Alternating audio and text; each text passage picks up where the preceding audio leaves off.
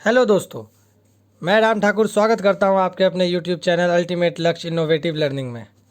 तो दोस्तों, हमने फिजिक्स का एक चैप्टर कवर कर लिया था, साउंड, जिसका मैंने लिंक डिस्क्रिप्शन बॉक्स में दे दिया है। जिन्होंने नहीं देखा है उस पार्ट को देख ले। साउंड काफ़ी इंपॉर्टेंट चैप्टर है किसी भी कॉम्पिटिटिव एग्ज़ाम के लिए। आज जो मैं चैप्टर करने जा रहा हूँ वो आप समझ के चलिए कि सबसे ज़्यादा इंपॉर्टेंट चैप्टर है। इससे आपका 2-3 क्वेश्चन हर एग्ज़ाम में मिलते हैं। ये है आपका चैप्टर लाइट तो आपको समझ में आ रहा होगा कि ये कितना ज़्यादा इम्पोर्टेंट है किसी भी कम्पिटिटिव एग्ज़ाम के लिए। अगर आप एग्ज़ाम दे रहे हैं या दिए होंगे तो आप देखे होंगे कि लाइट से हमेशा 2-3 क्वेश्चंस रहते ही हैं। तो चलिए टाइम ना बर्बाद करते हुए हम लोग लाइट को स्टार्ट करते हैं। तो दोस्तों, अगर आप जिसने भी ये वीडियो या ये चैनल को सब्सक्राइब नहीं किया है वह चैनल्स को सब्सक्राइब करें, लाइक करें और ज़्यादा से ज़्यादा शेयर करें, और साथ ही साथ इस पर कमेंट भी दें ताकि हम लोग और बेहतर कर सके इसमें और अच्छे से आपके सामने कंटेंट को ला सके। ठीक है, तो चलते हैं लाइट। तो सबसे पहले लाइट होता क्या है? तो लाइट जो है is a forms of energy. Light क्या है? एक फॉर्म्स ऑफ एनर्जी, एनर्जी का एक फॉर्म है। दैट एनेबल्स अस टू सी, जो हमें किसी भी चीज़ों को देखने में मदद करती है। ये एक टाइप का एनर्जी है। ठीक है, जो किसको फॉलो करता है? ये लाइट जो है ट्रेवल करता है किस में? Electromagnetic wave. मैंने आपको बताया था कि वेव 2 टाइप का होता है, एक होता है मैकेनिकल वेव और एक होता है इलेक्ट्रोमैग्नेटिक वेव। तो लाइट जो है वो किस वेव में प्रोपागेट करता है, किस में ट्रेवल करता है? इलेक्ट्रोमैग्नेटिक वेव में। तो it is the radiation which makes our eyes able to see the object. अब इलेक्ट्रोमैग्नेटिक वेव है यानी ये रेडिएशन के फॉर्म में होगा। तो ये कैसा रेडिएशन है? जो हमको ऑब्जेक्ट्स को देखने में मदद मिलती है। यानी हम किसी ऑब्जेक्ट को देखते हैं तो उसमें आँख तो ज़रूरी है ही, आई तो ज़रूरी है ही, लेकिन उसके साथ साथ लाइट भी ज़रूरी है। क्या आप डीप अंधेरे में किसी चीज़ को देख पाते हैं? क्या नहीं, लेकिन जैसे ही लाइट आती है तो हम देख पाते हैं। यह कैसे होता है? लाइट जो है उस वस्तु पे जाकर टकराती है और हमारे आँख में जाती है, तभी हम देख पाते हैं। उसको हम आगे देखेंगे कैसे टकराती है, क्या करती है। फिलहाल आप ये जानिए कि लाइट क्या है? फॉर्म्स ऑफ एनर्जी है, ऊर्जा का एक स्रोत है जो क्या करता है? हमको देखने में मदद करती है। जैसे साउंड भी आपका एनर्जी है, ये भी आपका एनर्जी है। और ये कौन सा वेव को फॉलो करता है? Electromagnetic wave.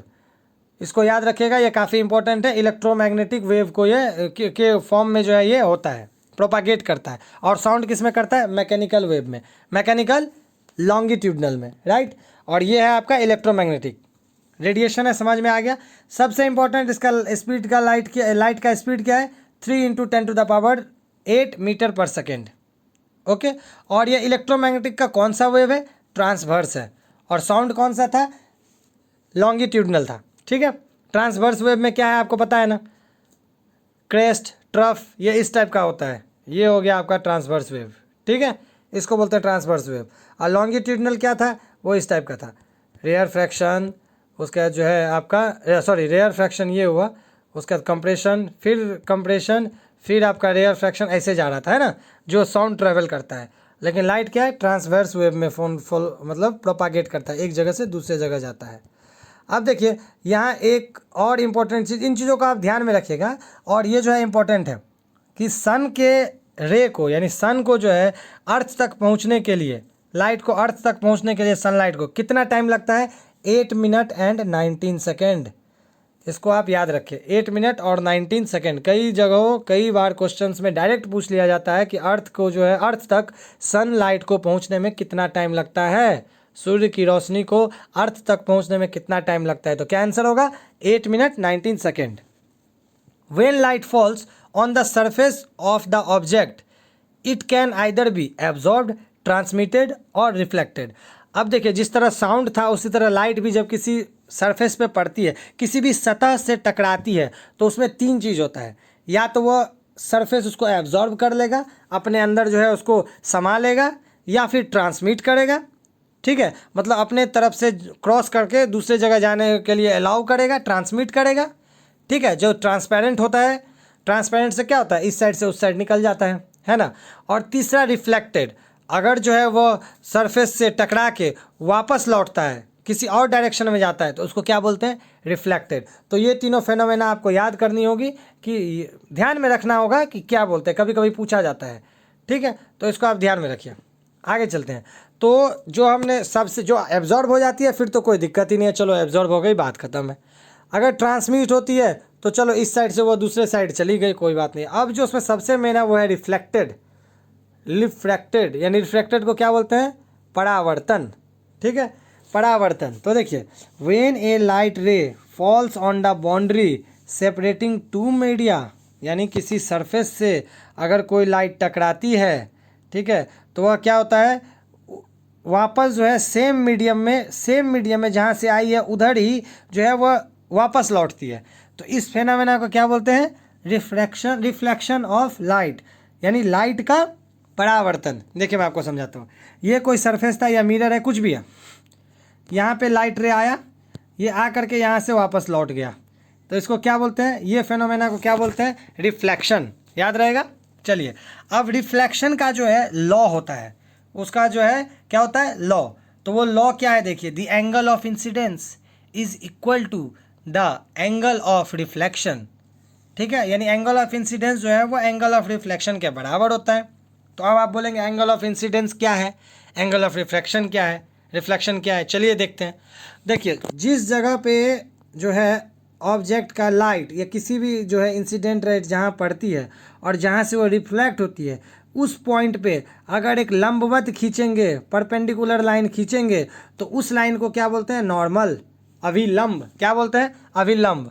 तो अभिलंब, नॉर्मल और इंसिडेंट रे क्या हुआ? जो रे आ रही है उसको बोलते हैं इंसिडेंट रे, और जो जा रही है उसको क्या बोलेंगे? Reflected ray. वो क्या हुआ है? रिफ्लेक्ट हुआ है उस सरफेस से। तो नॉर्मल और इंसिडेंट रे के बीच में जो एंगल बन रही है उसको बोलते हैं angle I, that is angle of incidence. Angle of incidence. और जो जा रही है उसको उसी तरह आर, यानी एंगल ऑफ रिफ्लेक्शन। नॉर्मल और रिफ्लेक्टेड रे के बीच जो एंगल बनेगा उसको क्या बोलेंगे? एंगल ऑफ रिफ्लेक्शन, यानी आई इज इक्वल्स टू आर। तो फॉर्मूला क्या है? आई, एंगल आई जो है वो हमेशा एंगल आर के बराबर होगा, यानी ये एंगल और ये एंगल के बराबर होगा। देखिए, एक क्वेश्चन करते हैं, आपको और ज़्यादा समझ में आएगा। मान लीजिए अगर ये एंगल दिया हुआ है आपका 45 डिग्री और कहा जा रहा है एंगल ऑफ इंसिडेंस क्या होगा, कैसे फाइंड करेंगे? तो देखिए, अभी मैंने बताया ये अभिलंब है, ये नॉर्मल है, यानी ये एंगल जो है क्या होगा? 90 डिग्री। अगर ये 45 है तो ये क्या होगा आपका? 90 माइनस 45, दैट इज 45 डिग्री। अब एंगल ऑफ रिफ्लेक्शन है 45 डिग्री, और हमारा रूल क्या है, लॉ क्या है? एंगल ऑफ इंसिडेंस जो है वह इक्वल होगा एंगल ऑफ रिफ्लेक्शन के। तो एंगल ऑफ इंसिडेंस क्या निकल के आया? 45 डिग्री। समझ में आया? अब चीज़ें क्लियर हो गई होंगी, समझ में आ गया होगा कि कैसे ये काम करता है। ठीक है, चलिए। अच्छा, दूसरा लॉ क्या है आपका? Angle of incidence, angle of incidence नहीं, माफ़ कीजिएगा, इंसिडेंस रे। ठीक है, ये जो रे है ये, और रिफ्लेक्टेड रे जो रिफ्लेक्ट हो रही है वो, और ये नॉर्मल, ये और ये तीनों एक ही प्लेन पे लाई करेगा।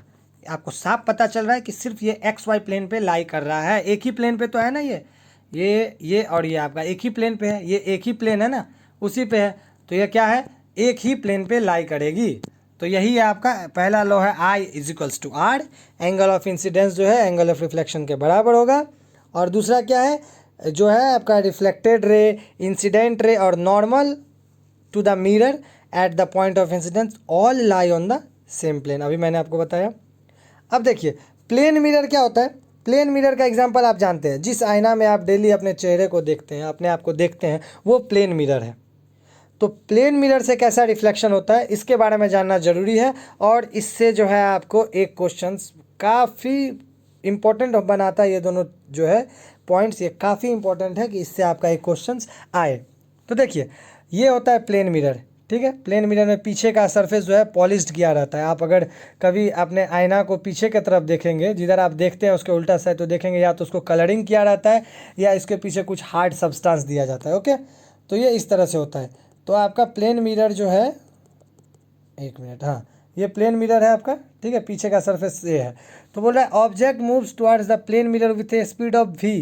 अगर आप प्लेन मिरर के तरफ, यानी इधर से अगर आप v स्पीड से जा रहे हैं, तो आपका जो ऑब्जेक्ट है moves towards with a speed of, relative to the object the moves towards with a speed of 2v। ठीक है, अगर प्लेन मिरर के तरफ आप v स्पीड से जा रहे हैं, relative to the object the moves towards it with a speed of 2v। तो इधर जो आपका इमेज है वो आपकी तरफ कितना स्पीड से आ रहा होगा, 2v के स्पीड से। आपको लगेगा जिस स्पीड से आप चल रहे हैं उसका दुगना स्पीड से वो जो है आपके तरफ वापस आ रहा है। ये आपको याद रखना है।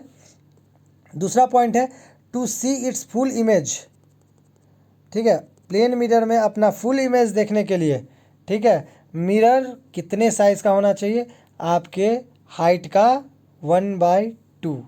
अगर आप 5 फुट के हैं, आप 5 फुट के हैं और मिरर में आपको अपना पूरा शरीर देखना है, फुल बॉडी देखना है, तो आपको 2.5 फुट का मिरर लगेगा। इस टाइप का क्वेश्चंस एग्ज़ाम में कभी कभी पूछा जाता है, तो याद रखिएगा। तो ये मैंने आपको ये बता दिया रिफ्लेक्टेड रे क्या होता है, लॉ ऑफ रिफ्लेक्शन क्या होता है, प्लेन मिरर का क्या है, ये मैंने आपको बता दिया। अब चलते हैं हमारा अगला टॉपिक की तरफ, जो बहुत ही जो इसका मेन है, जिससे क्वेश्चंस आप बोल सकते हैं कि इससे क्वेश्चंस आएंगी। तो ये है आपका स्फेरिकल मिरर। अभी तो आपने देखा था प्लेन मिरर, अब जो है स्फेरिकल मिरर। तो स्फेरिकल मिरर क्या होता है ना, एक जो है गोलाकार मिरर है, उसी में से काट के जो निकाला जाता है वो जो है कितने टाइप का होता है, 2 टाइप का, कॉनकेव कॉन्वेक्स। ठीक है, कितने टाइप का होता है, कॉनकेव और कॉन्वेक्स। तो चलिए अब देखते हैं कॉनकेव और कॉन्वेक्स क्या है। The image formed by concave mirror is generally real and inverted. Direct हम आते हैं पॉइंट पे। देखिए ये है आपका कॉनकेव मिरर, यानी रिफ्लेक्टिव सरफेस जो है वो क्या होगा, रिफ्लेक्टिव सरफेस जिससे रिफ्लेक्ट होगा वो क्या होगा, इंडल्ज होगा, मतलब अंदर की तरफ होगा। ये यहाँ से जाके ये रिफ्लेक्ट होगी, ठीक है। तो ये, और कॉनकेव मिरर में क्या, कॉन्वेक्स में क्या होता है, इधर होता है, ठीक है। जो आपको सतह जहाँ से रिफ्लेक्शन होगी वो क्या होगा, वो उभरा हुआ रहेगा, और इसमें क्या होगा, जो है आपका अंदर की तरफ होगा। तो ये होता है आपका, ये है आपका कॉनकेव मिरर, देख लीजिए एक बार, ये है आपका कॉनकेव मिरर और ये है आपका कॉन्वेक्स मिरर। समझ में आया। चलिए तो अब देखिए, तो इससे जो कॉनकेव मिरर से जो इमेज फॉर्म्ड होता है ना, वो रियल एंड इन्वर्टेड होता है। अब रियल इमेज और वर्चुअल इमेज क्या है, तो देखिए रियल इमेज वैसा इमेज है जिसको हम स्क्रीन पे ले सकते हैं, स्क्रीन पे उतार सकते हैं, उसको क्या बोलते हैं, रियल इमेज। और जिसको स्क्रीन पे नहीं ले सकते हैं उसको क्या बोलते हैं, वर्चुअल इमेज। जो इमेज रियल होगा ना वो हमेशा उल्टा होगा, हमेशा जो है वो क्या बनेगा, उल्टा बनेगा। और जो वर्चुअल होगा वो हमेशा सीधा बनेगा। इसलिए जब हम आईना में, प्लेन मिरर में अपना फेस देखते हैं तो हमको सीधा दिखाई पड़ता है, ठीक है। तो चलिए कॉन्वेक्स मिरर का ठीक उल्टा, इसका उल्टा वर्चुअल एंड इरेक्ट बनेगा। और जो रियल इन्वर्टेड होता है ना वो हमेशा लार्जर होगा, और ये क्या होगा, जो वर्चुअल इरेक्ट होगा वो हमेशा छोटा होगा। अब जो देखिए इसका अब इसका देखेंगे कि आखिर इमेज फॉर्मेशन कैसे होता है, कैसे इसमें जो है इमेज बनते हैं, रियल है या इन्वर्टेड है क्या है, वो तो बाद में देखेंगे। पहले जो इसका मोस्ट फेवरेबल सेक्शन है वो है यूज़ ऑफ कॉनकेव मिरर और यूज़ ऑफ कॉन्वेक्स मिरर। ये एग्जाम में आपका रहता ही रहता है। तो एज अ सेविंग मिरर में क्या यूज़ करते हैं, कॉनकेव मिरर, ठीक है। As a reflector the headlight of vehicles, search light, ये सब लिखा किसके लिए होता है, यह है कॉनकेव मिरर। तो ये जो इन्वर्टेड बनाता है ना, उल्टा बनाता है ना, इसीलिए एम्बुलेंस में जो है ना आपने देखा होगा कि एम्बुलेंस जो लिखा होता है वो उल्टा लिखा होता है, उसमें ए हो या एम हो या बी हो, वो क्या होता है, उल्टा होता है, ताकि उसका जो इमेज हमारे साइड मिरर में बने ना, हेडलाइट्स व्हीकल सर्च लाइट में, ओ सॉरी इसमें ये वो आपका दूसरा होता है, ये जो है आपका हेडलाइट्स में यूज़ होता है। हेडलाइट्स क्या करता है, इसको जो है कन्वर्ज करता है, ठीक है। तो इसलिए जो है हेडलाइट, सर्च लाइट, ये सब में जो है आपका यूज़ होता है। कैसे, ये आपको आगे बताया जाएगा, समझ में आएगा, ठीक है। इन सोलर कुकर में यूज़ होता है, क्यों यूज़ होता है ना, जब आप आगे देखेंगे तब आपको समझ में आएगा। फिलहाल आप देख लीजिए, कॉन्वेक्स मिरर जो होता है रियर व्यू की तरह काम करता है, ये जो अभी मैंने आपको बताया था। और दूसरा सोडियम रिफ्लेक्टर लाइट में कौन सा यूज होता है, कॉन्वेक्स मिरर। तो ये मैंने आपको बताया क्या क्या था। अब देखिए इसके कुछ पैरामीटर्स होते हैं जो आपको बहुत ज़रूरी है कि आप इनको समझ लें, क्योंकि आगे जितना भी इमेज फॉर्मेशन होगा या इससे रिलेटेड जो न्यूमेरिकल प्रॉब्लम होंगी उसमें आपको क्या ज़रूरत होगा, ये सब कैरेक्टरिस्टिक्स का, ये सब आपको टर्म्स जो है कुछ वो जानना ज़रूरी है। तो चलिए टर्म्स की ओर चलते हैं, ठीक है। तो टर्म्स क्या है इसका, जो है एक मिनट, इसका टर्म्स जो है आपका वो है, चलिए ये है आपका टर्म्स में आता है सबसे पहले centre of curvature. Centre of curvature क्या है, जिस स्फेरिकल मिरर से ये लिया गया है उसका जो सेंटर था, उस स्फेयर का जो सेंटर था उसको क्या बोलते हैं, सेंटर ऑफ स्फेयर। अच्छा सेंटर, और ये क्या है, ये इसका जो है पोल होता है, क्या होता है, पोल, ठीक है। तो अब देखिए ये इससे मिरर, ये मिरर और इसके बीच का जो डिस्टेंस होता है उसको बोलते हैं आर, रेडियस ऑफ कर्वेचर, और इसके बीच का जो पॉइंट होता है ना उसको बोलते हैं फोकस। ये जो है इसके और इसके बीच का पॉइंट है उसको क्या बोलते हैं, फोकस। ठीक है। अच्छा अब देखिए ये समझ, अच्छा जिस जो ये जो प्रिंसिपल एक्सिस है ये क्या होता है, मिरर को जो बीच से जो एक लाइन, इमेजनरी लाइन हम लोग सपोज करते हैं, वो लाइन को क्या बोलते हैं हम, प्रिंसिपल एक्सिस। ठीक है, बस इतना ही चीज़ें इसमें ध्यान रखनी है। चलिए डायरेक्ट चलते हैं इमेज फॉर्मेशन की तरफ। तो इमेज फॉर्मेशन क्या होता है, ऑब्जेक्ट का जो है अलग अलग जगह से जब ऑब्जेक्ट को हम लोग इस मिरर के सामने लाएंगे तो उसका इमेज कैसा बनेगा, उसी को बोलते हैं image formation by a mirror. ये देखिए कॉनकेव मिरर में जो है ना 6 टाइप का इमेज होता है, 6 टाइप का ऑब्जेक्ट डिस्टेंस होता है, और कॉन्वेक्स में जो है ये सिर्फ 2 टाइप के होते हैं, ये और ये। तो देखते हैं एक एक करके उनकी क्या कैरेक्टरिस्टिक्स है। तो हमने ऑब्जेक्ट को कहाँ रखा है, इन्फिनिटी पे, यानी ऑब्जेक्ट इन्फिनिटी पे है, तो उसका इमेज कहाँ बनेगा। तो देखिए पहला लाइन जो टकरा के आता है ना मिरर से, वह जो है इधर से गुजरेगा, ये दूसरा इसको काटेगा जहाँ, उस जगह से जो इमेज बनाएंगे उसको क्या बोलेंगे, उस जगह से जो लाइन ड्रॉ होगा उसी को बोलते हैं हम लोग इमेज। तो यहाँ देखिए इमेज कहाँ बनेगा, फोकस पे बनेगा। पहले ही मैंने आपको बताया कि रियल और इन्वर्टेड होगा। ठीक है, और इसमें छोटा भी हो सकता है और बड़ा भी हो सकता है, दोनों तरह का इमेज जो है बनता है इसमें। सेकंड पोजीशन देखिए बियॉन्ड सी, अगर सी के इधर हो तो इसमें एक जो है फोकस से गुजरेगी और दूसरा हमेशा सेंटर ऑफ कर्वेचर से गुजरती है। याद रखिएगा पहला जो लाइट का रे है वो पहला गुजरेगी, पहला जो पास करेगी वो मिरर से टकराने के बाद जो है आपका फोकस से गुजरेगी, और दूसरा लाइट जो आएगी वो हमेशा कहाँ से गुजरेगी, वो आपको हमेशा फोकस से गुजरेगी, सॉरी सेंटर ऑफ कर्वेचर से गुजरेगी। तो वो जहाँ पे दोनों कटेंगे दोनों रेज, वहीं पे से जो है आपका प्रिंसिपल एक्सिस तक ज्वाइन करेंगे, वही आपका इमेज का पोजीशन होगा। तो बियॉन्ड सी हुआ तो बिटवीन सी एंड एफ, और मैंने आपको बताया रियल एंड इन्वर्टेड होगा, डिमिनिस्ड होगा। अच्छा एट सी पे अगर देंगे ना तो सी पे ही उसका इमेज बनता है। कभी कभी ये क्वेश्चन भी पूछा जाता है, तो यहाँ मैंने आपको सारा कुछ दे दिया है, इसको आप देखेंगे, ये भी इसका एक पोजीशन है, अकॉर्डिंग मैंने वहाँ पे जो है दे दिया है कि कैसे उसको करना है। तो एट सी का कहाँ पे बनेगा, सी पे ही बनेगा, और इस कंडीशन में जो है सेम बनता है ऑब्जेक्ट के साइज़ के अकॉर्डिंग जो है इमेज का साइज़ बनता है। और यह क्या होता है, रियल और इन्वर्टेड, वो तो हमेशा होगा, मैंने आपको पहले ही बताया कॉनकेव मिरर में जो इमेज बनता है वो कैसा बनता है, रियल एंड इन्वर्टेड, यानी it can be taken on screen, इसको स्क्रीन पे ले सकते हैं। अच्छा बिटवीन सी एंड एफ होगा तो क्या होगा, ये जो है देखिए पहला एफ से गुजरा, दूसरा जो है सेंटर ऑफ कर्वेचर से होकर गुजरा, सेंटर ऑफ कर्वेचर की तरफ आया तो ये क्या होगा आपका बियॉन्ड सी बनेगा, और ये जो है काफ़ी बड़ा बनेगा। पांचवा इमेज ये है, एट एफ पे रहेगा तो क्या होगा, इन्फिनिटी पे बनेगा। देख लीजिए ये कहीं कट ही नहीं रहा, यानी इन्फिनिटी पे जाके कहीं कटेगा। इस कंडीशन में क्या होगा, ये हाईली इनलार्ज होगा, बहुत बड़ा होगा, और रियल एंड इन्वर्टेड तो होगा ही। अब देखिए ये एक एक्सेप्शन केस है कॉनकेव मिरर के लिए, ठीक है, कि जब एफ एंड पी के बीच में डालेंगे ऑब्जेक्ट को, यानी पोल और फोकस के बीच में, तो उस कंडीशन में इसका इमेज क्या बनेगा, मिरर के ऑपोजिट साइड में बनेगा। इनलार्ज तो होगा ही, लेकिन वर्चुअल एंड इरेक्ट होगा। कॉनकेव मिरर में सिर्फ यही एक केस है जो एक्सेप्शन में आता है, क्योंकि इसमें जो इमेज है वो क्या बनेगा, आपको वर्चुअल बनेगा और इरेक्ट बनेगा। ठीक है, और मिरर के ऑपोजिट साइड बनेगा, इसको याद रखिएगा। ऑब्जेक्ट पोजीशन कहाँ था, बिटवीन फोकस एंड पोल। ठीक है, चलिए कॉन्वेक्स मिरर में 2 इमेज मैंने आपको बताया, 2 ही इमेज बनते हैं। किस किस टाइप के इमेज बनते हैं, ये देखिए, एक जब इन्फिनिटी पे हो तो क्या होगा, बिहाइंड द मिरर बनेगा।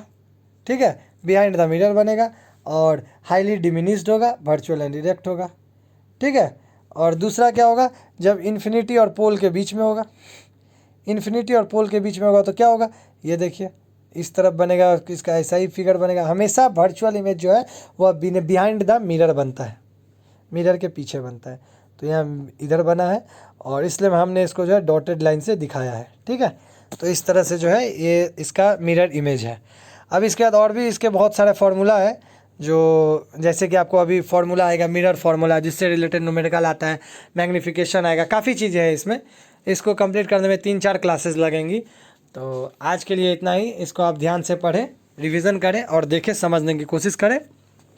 कहीं प्रॉब्लम आती है कमेंट बॉक्स में अपने क्वेश्चंस टाइप कर दें, मैं उसको जो है अगली क्लास में आपका सॉल्व कर दूंगा। ठीक है, तब तक के लिए इतना ही, मिलते हैं अगले क्लास में। Thank you very much.